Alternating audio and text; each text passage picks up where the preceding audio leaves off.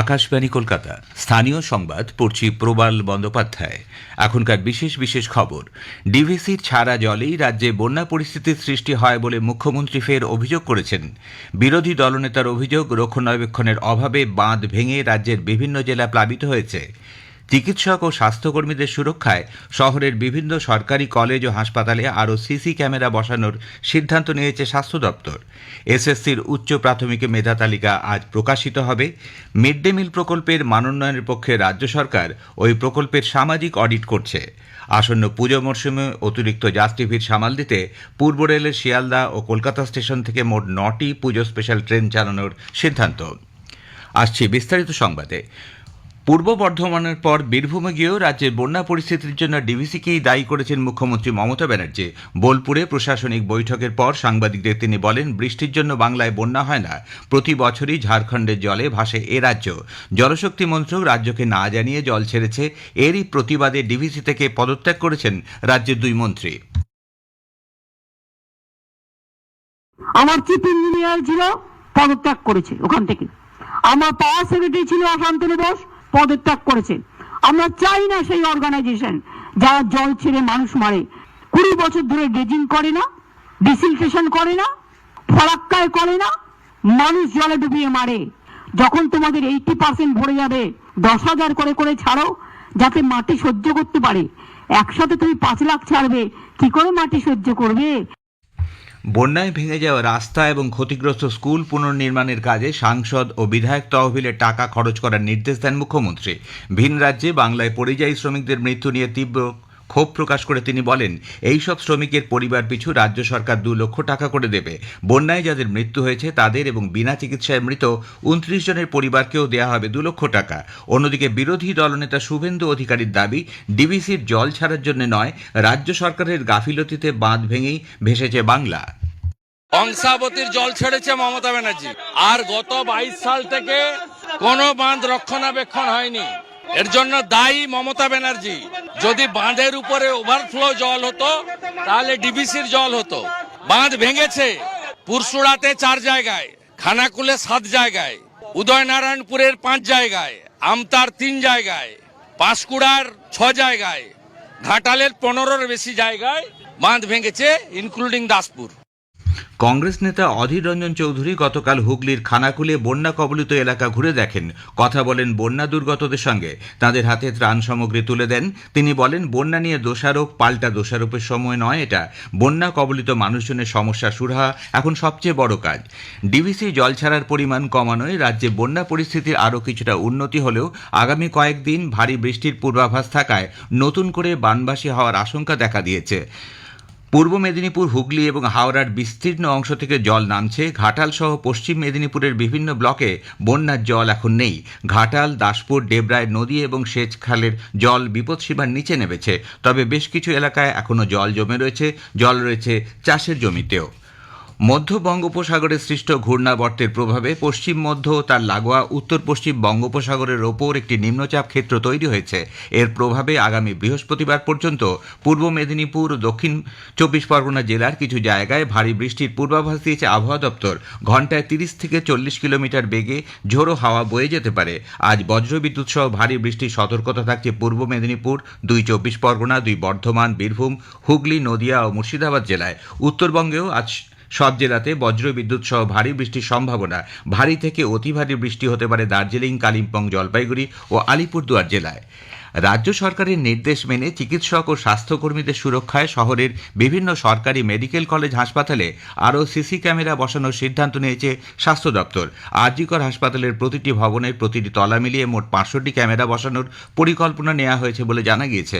বর্তমানে রয়েছে 190টি camera. Kolkata medical কলেজে বর্তমানে 330টি ক্যামেরা রয়েছে। নতুন করে আরও 400টি ক্যামেরা বসানো হবে বলে খবর। এনআরএস হাসপাতালে আরও 600 এবং ন্যাশনাল মেডিকেল কলেজ হাসপাতালে 800 ক্যামেরার বসানো বসানোর সিদ্ধান্ত নেওয়া হয়েছে। এসএসকেএম হাসপাতালে বর্তমানে 1200 ক্যামেরার মাধ্যমে নজরদারি চালানো হয়, সেখানে আরও নতুন ক্যামেরা বসানো হবে। এদিকে আরজিকর হাসপাতালে কর্তব্যরত পড়ুয়া চিকিৎসককে ধর্ষণ ও খুনের ঘটনার পর চিকিৎসক ও স্বাস্থ্যকর্মীদের নিরাপত্তায় যে রাত্রির সাথী প্রকল্প চালু হয়েছে তা পর্যালোচনা করতে রাজ্য সরকার আগামীকাল বৈঠকে বসতে চলেছে। নবান্নে প্রস্তাবিত এই বৈঠকে উপস্থিত থাকার জন্য রাজ্যের সব মেডিকেল কলেজের অধ্যক্ষ, উপাধ্যক্ষ, হাসপাতালের সুপার, জেলার মুখ্য স্বাস্থ্য আধিকারিক, সব হাসপাতালের সিভিল, ইলেকট্রিক্যাল, আইটি বিভাগের কর্মী ছাড়াও মুখ্য সচিব, পুলিশ ও স্বাস্থ্য দপ্তরের আধিকারিকদের নির্দেশ দেওয়া হয়েছে বলে জানা গিয়েছে। বৈঠকে মুখ্যমন্ত্রী মমতা ব্যানার্জিও অংশ নিতে পারেন বলে খবর। আরজিকর মেডিকেল কলেজ হাসপাতালে চিকিৎসক পড়ুয়া তরুণীর ধর্ষণ ও খুনের ঘটনায় পরপর 4 দিন সিজিও কমপ্লেক্সে সিবিআইয়ের জেরার মুখোমুখি হন ফরেন্সিক মেডিসিন বিভাগের অধ্যাপক অপূর্ব বিশ্বাস। নিহত চিকিৎসকের দেহের ময়না তদন্তকারী দলের নেতৃত্বে ছিলেন তিনি। 2 পিজিটি ছাত্রীকে নিয়ে গতকাল সিজিও কমপ্লেক্সে যান আরজিকরের বর্তমান এমএসভিপি সপ্তর্ষি চট্টোপাধ্যায়। সন্ধে নাগাদ তারা সেখান থেকে বেরিয়ে আসেন। ওই 2 পিজিটি ছাত্রী নিহত চিকিৎসকের সহপাঠী ছিল বলে সিবিআই জানিয়েছে। তাদের কথাবার্তার ভিডিও রেকর্ডিং করা হয়েছে।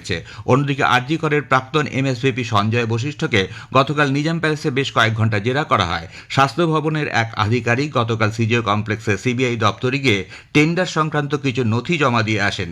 এদিকে সিবিআইয়ের একটি দল গতকাল আরজিকরের শতবার্ষিকী ভবনে গিয়ে সেখানে বেশ কয়েকটি আলমারিতে তল্লাশি চালিয়ে টেন্ডার সংক্রান্ত কিছু নথি সংগ্রহ করে।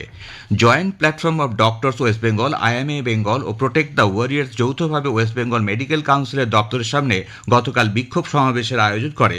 সমাবেশ থেকে 9 সদস্যের এক প্রতিনিধি দল ডাব্লিউএমসি রেজিস্ট্রারের সঙ্গে দেখা করে স্মারকলিপি জমা দেন। স্মারকলিপিতে আইন ও নিয়ম বহির্ভূতভাবে কাউন্সিল পরিচালনার অভিযোগ জানিয়ে কাউন্সিল ভেঙে দেওয়ার দাবি জানানো হয়েছে। আরজিকর কাণ্ডের প্রতিবাদে ধর্মতলার ডোরিনা ক্রসিংয়ে কংগ্রেসের ধর্ণা কর্মসূচি ও বিজেপির হাজরা মোড়ে সভা করার অনুমতি দিয়েছে কলকাতা হাইকোর্ট। দুটি ক্ষেত্রেই কলকাতা পুলিশের কাছ থেকে অনুমতি মেলেনি। গতকাল বিচারপতি রাজর্ষি ভরদ্বাজ নির্দেশ দেন আজ ও আগামীকাল ধর্মতলার ডোরিনা ক্রসিংয়ে দুপুর 12টা থেকে সন্ধ্যে 7টা পর্যন্ত কর্মসূচি পালন করতে পারবে কংগ্রেস।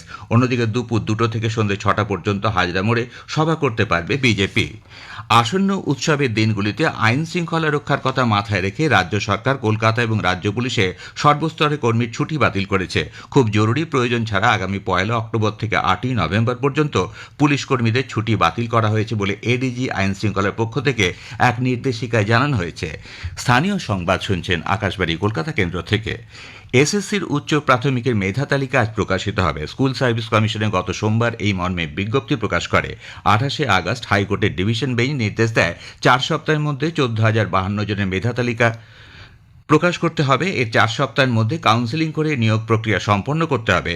হাইকোর্টের নির্দেশ মতো 4 সপ্তাহের মধ্যে মেধা তালিকা প্রকাশিত হতে চলেছে। এদিকে উচ্চ মাধ্যমিকের 14,000-এরও বেশি শূন্য পদে নিয়োগে হাইকোর্টের নির্দেশে বহাল রেখেছে শীর্ষ আদালত। গতকাল প্রধান বিচারপতি ডিওয়াই চন্দ্রচূড়, বিচারপতি জে.বি. পারদিওয়ালা ও বিচারপতি মনোজ মিশ্রের বেঞ্চ জানিয়েছে হাইকোর্টের নির্দেশে বহাল রাখছে সুপ্রিম কোর্ট। হাইকোর্টের নির্দেশ সংরক্ষণ নীতির বিরোধী এই দাবিতে শীর্ষ আদালতের দ্বারস্থ হয়েছিলেন কয়েকজন চাকরি প্রার্থী।